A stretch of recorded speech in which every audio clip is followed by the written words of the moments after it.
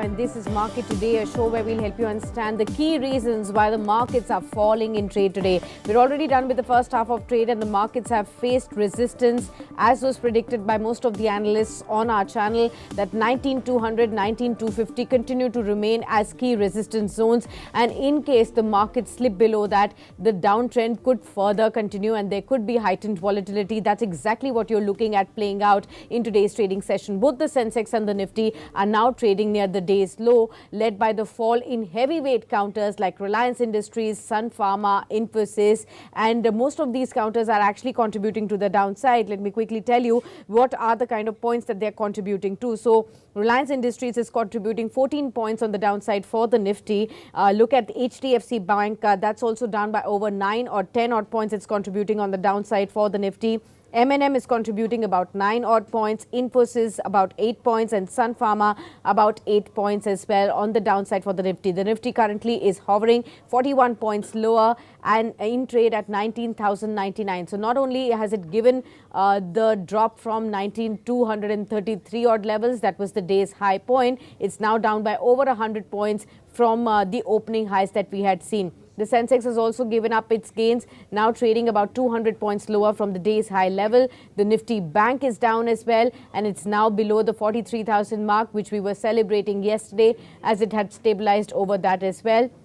The key sectors that are driving the markets today, a lot of sectors, pharma sector, oil and gas, IT, metals, all of these sectors are contributing on the downside apart from the Nifty Bank as well, the heaviest weighted index. So you have private banks that are also cracking in trade. Oil and gas is down by 0.9% now. Autos down by half odd percent, healthcare down by half odd percent, IT down by 0.2% and the banks down by 0.1% as well. So these are the sectors that are down in trade. So the market breadth clearly looking divided at this point in time too. Now, what are experts really making of the kind of fall that we are seeing? Dr. V.K. Vijay Kumar, the chief investment strategist at Geojit Financial Services, has said that despite this kind of a fall, we are recommending buy on dips as the strategy which has worked well in this highly volatile kind of a scenario. So in spite of multiple crisis risks and uncertainties that the markets are constantly facing, there has been a constant bounce back also every time the markets fall as well. What he points out that there is an evidence that by the 290 point rally in the Nifty in the last 2 days, the bounce back was clearly there. But to remain steady on the upward trend is something that one will have to continue to watch out for. He points out that globally stock markets have refused to discount the West Asian crisis and therefore the pressure from the Asian markets is a key reason why the Indian markets are not able to sustain onto the recovery that we had seen in the last 2 trading sessions as well. So you are seeing that all the Asian markets are down in trade. We pointed out that heavyweight stocks are not contributing and therefore the decline is what you're seeing. The third key reason for the markets to fall in today's trading session is actually also the anticipation of the US Fed and what they will do going forward from here. So let's look at the Asian markets first. Nikkei is now slipping 0.15% lower in trade. You also have the other, Asian indices, all of them down. Shanghai is down about half odd percent. It's the Hang Seng index that's fallen the most in trade today in the Asian markets, 1.3% down. Kospi is down by 0.7%. And you can see a large part of the Asian markets down in the red, which is not supporting the sentiments globally. And therefore, the markets of domestically also coming under pressure as well. Although this is despite the dollar index down by 0.4%, crude down 3 odd percent, the supportive factors are also not able to mitigate the kind of losses that you're seeing from the global markets or the pressure from there as well.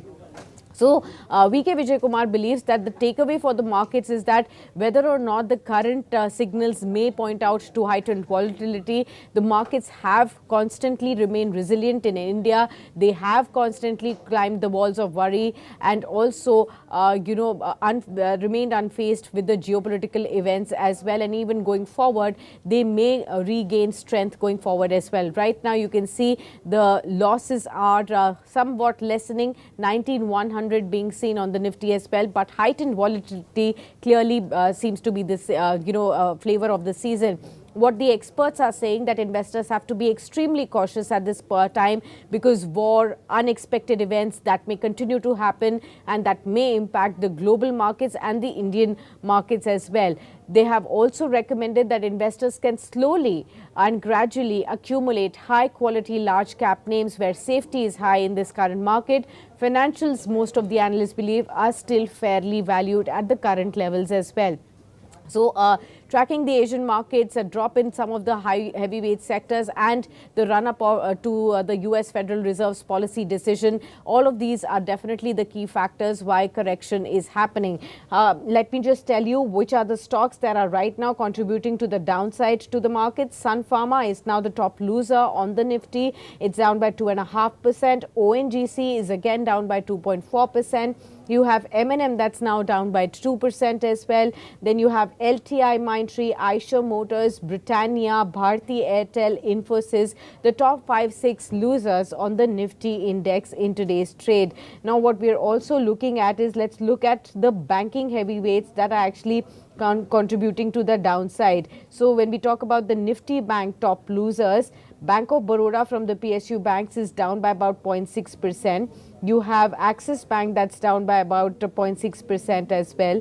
Then looking lower, you also have State Bank of India that's down by 0.2%. HDFC Bank, of course, 0.5% of declines coming in, which is also contributing to the declines, and IndusInd Bank also declining in trade. So overall speaking, the three key reasons I've already told you: Asian markets, heavyweights not contributing, and in the run-up to US Fed, and the anticipation of what will really happen on the rates front is something that is keeping the markets on a lower front. What we hope is that this kind of a correction does not turn into a Halloween session for the markets. We'll continue to give you all the updates on the markets periodically and also help you understand which way our markets going to be headed as we progress going forward too. Many thanks for tuning in onto this special edition, but do stay tuned onto Business Today TV to catch all the updates from the world of business and stock markets.